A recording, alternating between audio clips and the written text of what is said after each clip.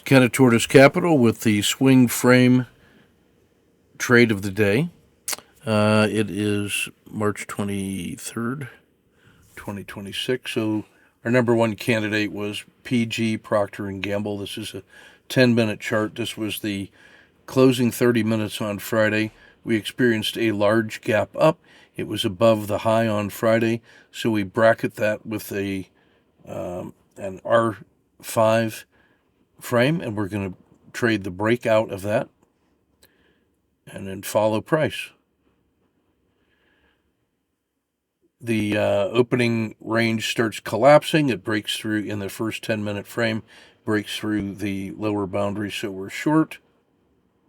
With the yellow box as our risk.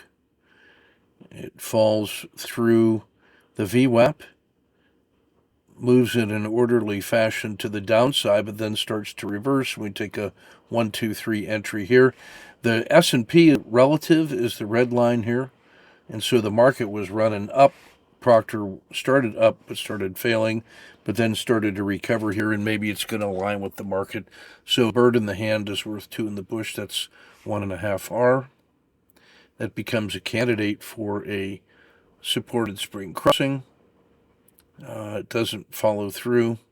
The market starts to weaken. You can notice up here the market is rolling over, so we're not surprised to see a little more weakness. So we get short after the R10 rolls over and had a higher previous high, so it's a lower high. So we are in the pocket here as it comes through the dragon. Same standard risk.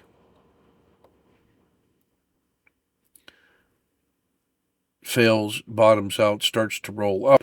No sign of panic here. Market is stabilizing. Take a half an hour, and there were better candidates for the rest of the day. And that's the swing frame trade of the day. That's us swing trading one day at a time. Thanks for your kind attention.